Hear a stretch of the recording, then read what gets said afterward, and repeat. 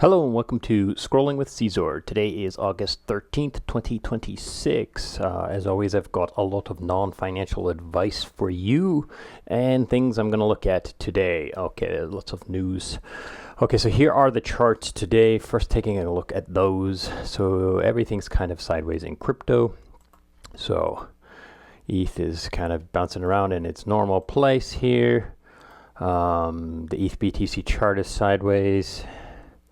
Sonic is up 1.6% today, but still bouncing around the all-time lows-ish. Whereas Hype is up 3% today. That's not too bad, and so forth. How does gold look today? Gold is down about 1%, but still looking pretty nice in its position. How's my chart looking? Looking great there. Okay. Taking a look at my stonks. So S&P, I kind of wish I didn't sell, but it's still, like I don't know if I'm going to enter back. I'm going to wait until at least it pulls down to around 770 before I get back into this this thing. My meta position is, it's roughly my entry position, so I've got a bunch of trading fees for that, but not much. Google, I'm continuing to buy down, and the Tesla's looking okay too. It's up above my entry position. So I bought a little bit, sold, and now I'm up and a little bit and selling. Okay. This one's unfortunate. I shouldn't have exited on that day. I should have let it bounce, and then I would be back. Yeah, I would be up, but anyhow, it's a tough one, right? I didn't assess this one. I kind of just aped it, but anyhow. Oh, and I got this SpaceX one too, because I opened a perp on it the other day, and I'm up kind of quite a bit. So anyhow, so that's it for those charts. Let's swing over to the news and kind of jump through some of these tweets.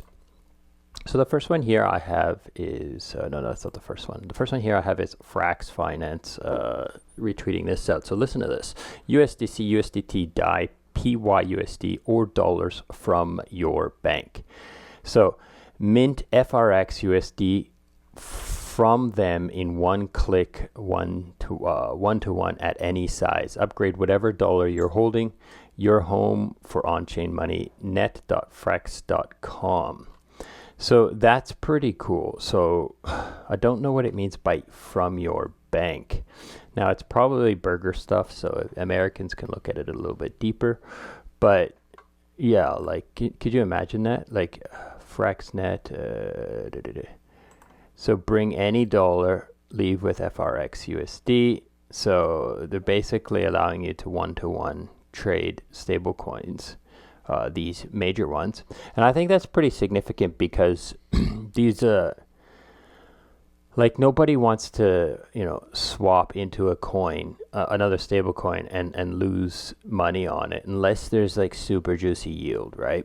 But if you can give them like one-to-one trading experience, then a lot more people are going to hold your coin, right? So I think that's pretty significant and interesting.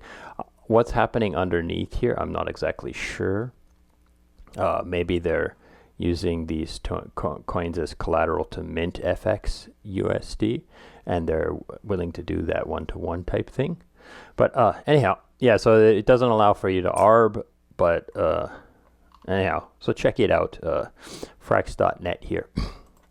Okay, here's a interesting thing. So Sonic is ready to move on-chain transactions. Aeon partners with Sonic Labs to bring the S into El Kameni, enabling agentic payments, automatic commerce, real-world spending through Aeon Pay. So yeah, I did a little checking on this Aeon Pay, and Aeon Pay is mostly supports Latin America, Asia, and Africa. So Europe and Burger Town, they're not. They are supported limitedly, but yeah, this is kind of like, it's good because what it means is like Sonic is actually giving some people, like these countries that are unbanked, people who are unbanked have the ability to be banked with this kind of technology. So supplying banking type features to people who actually need banking type features instead of just, going after the big whales in Wall Street and so forth. But anyways, obviously you want both, right? But anyhow, let's move on. So this is something I want to read. I haven't read it through, so I'm going to share it with you guys, and then you can decide what you want to read. So he's got, Nomadic here's got an article on using EtherFi for his on-chain business and so forth, and his business. So he's like a short list of actually usable crypto products, what EtherFi is, how it's running, how I'm running my business on it, current strategy, risks, features I love to see, and closing thoughts. So yeah, I'd like to see how he's using this EtherFi to run his business, because I do run a small business, I guess you can call it that, and it would be interesting. Okay, I'm going to read through this, and you can read through it when you have some time. So Bojan tweeted out this today. Anyone interested in privacy? And then Powell replied to him. It's like, when will Bold be on Aztec Network? Now, if you don't know Aztec Network, it's a layer 2. It's one of the one of the few stage 2 layer 2s. Look at the pie, all green pie chart on L2 beat. So it has its potential. Now, like value secured, there's not a lot of money on here, that's for sure. It says there's only $500. Really? That's crazy. Well, I don't want to like dig through everything and look. Yeah, it just says $500. So yeah, I don't think anyone's going to send it, but the fact that it's all like a proper stage 2 L2, that's pretty significant and interesting. Now they got to figure out how to get some TVL on there, but yeah, so anyhow, but what it does kind of bring me back to is this idea of like permissionlessness. Okay, like Powell here is asking Bojan, who works with Liquidity, to send Bold to Aztec Network for some reason, right? Now I don't know. Like he could just do it. He could just mint Bold and seed a bridge and bridge Bold to Aztec, right? He could do it by himself, right? However, we don't really want that, because that's like what we were doing in like DeFi summer and stuff, and all these bridges were going up, and there were all these different tokens all over the place, and like 6 versions of this token on this chain, and you don't know which one you need to bridge. So we want to avoid that. So I don't think it should be done permissionlessly. We want like protocols to integrate and bridges like themselves. But like Liquidity is not really a protocol in the sense of what other protocols are. Like it's super hands-off, admin off, permissionless, uncontrollable, like unstoppable. Like it's not the same as like something like Frax, for example, where the Frax DAO controls everything, or you can do this kind of stuff.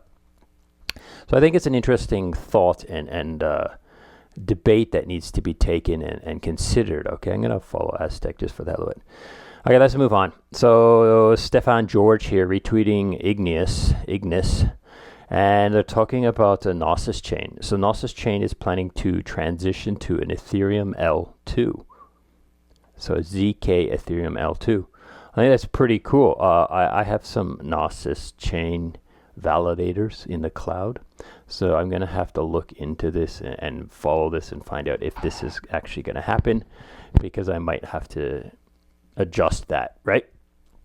But I do think it's pretty cool that like they're like, yeah, let's just go Ethereum, and I wonder if it's going to change the system that is there, because you use DAI to pay for gas and weird one, you stake NOS in order to do a validator and stuff like this. So I don't know.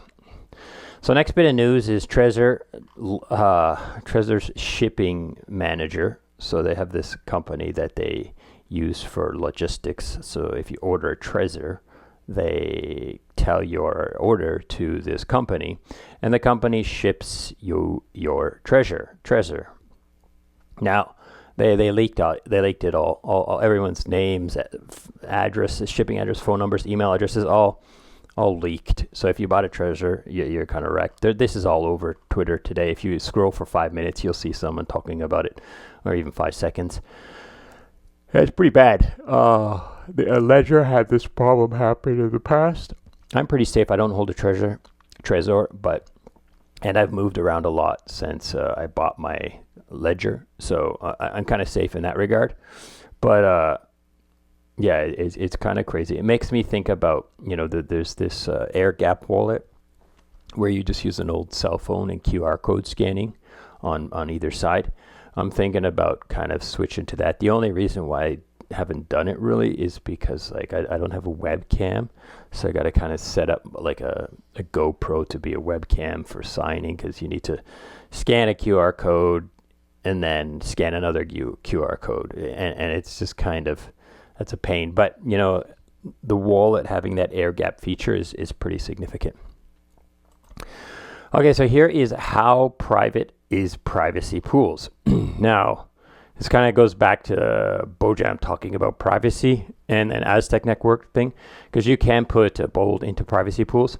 So this is a long article. You can read through this in all, but privacy pool kind of TLDRs it, and it's like no more deposit fees, so you don't have to pay to deposit into privacy pools on V2. Privacy transfers in no, this is something different. I'm sorry. So they did TLDR it, but I don't have the TLDR. I read it somewhere else and I forgot to bring it up. But I guess I can read the headings for you, and then you can kind of dig deeper and see if there's something. So what is a mixer doing with approval list? What did I actually do? 7 methods. So number 1, reusing the same address. So don't use the same address for things, right? Unique amounts are your fingerprint. So don't, send $62.39 in and trade out $62.39 out.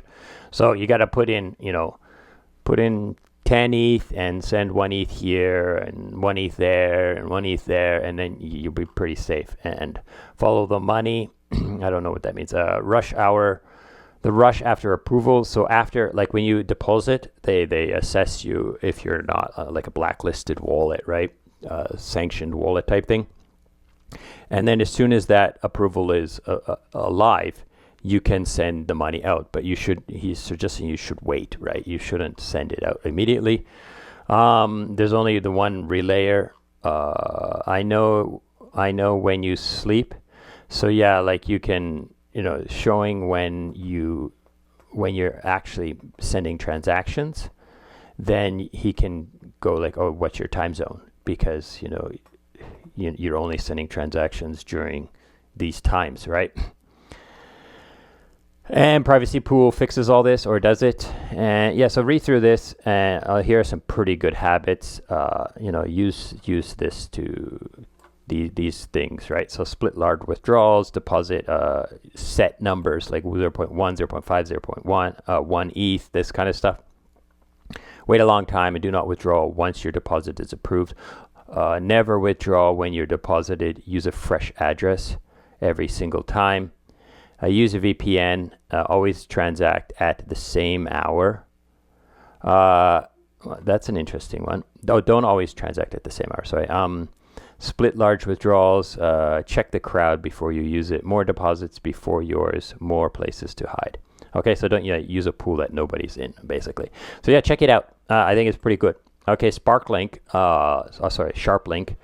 is staking $200 million worth of ETH into Lido Finance. Now, I wasn't able to find it again. I remember in the past I had this thing that was like this staking dominance chart, right? I wasn't able to find it like before I could do this, but it kind of gets me down. Like we don't want SharpLink sending all of their ETH to Lido again, because then Lido gets that dominance of being the biggest voting person on Ethereum, right? So yeah, I'm hoping they assess this and not send it all or send too much, but it's still good. Like they're not just holding spot ETH and selling like tons of TradFi products versus their spot ETH. They're actually using DeFi to some extent, right? Okay, today I did this tweet about Robinhood stonks. You can check it out. It basically talks a little bit about why I'm doing this and what I'm testing and why I think it's good. I do think it has a benefit to the ecosystem in several ways. So I'm supporting crypto. I'm going to read through that. I'm supporting crypto. If Robinhood gets lots of stonk volume, then they will shill it more, which is good for crypto. I hold RAM, so using Rameses, I hold RAM, and there are some buybacks. So 5% of the trading fees for doing this are used to buy back RAM. And Robinhood is an Ethereum L2, so I'm supporting Ethereum by using Robinhood to some extent. Now I'm only doing like small amounts in this. Like I'm not going crazy here, but and I'm just kind of testing and playing with. I don't traditionally trade a lot of stocks, but I really like this model for trading stocks because I get a tiny amount of trading fees while I'm doing speculating on capital gains of these stocks. And I'm also got like automatic exits, right? Okay, one more tweet here from Nomadic, which is pretty interesting. So EtherFi now seems to allow you to use those Robinhood stonks. I'm pretty sure it's Robinhood. I don't know, stocks. I'm not sure where they are. It doesn't say. So maybe they're Robinhood. I don't know. They don't actually appear to be Robinhood logos here. But you can go to your EtherFi vault. You can buy stocks, and you can use those stocks as collateral for your credit card, right?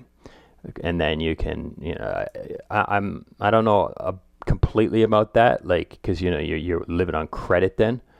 But that's pretty interesting still. I guess if you have a job, you could always pay off your debt every time. So you can use your stocks to borrow, pay, and then pay off your debt. But I kind of feel that's the same as just paying with like making it like a cash Visa, like a cash Visa debit card instead. Why? There's no reason to really. I guess you could get a month worth of. I don't know. I got to check out like how they if they're charging you interest per block or per month.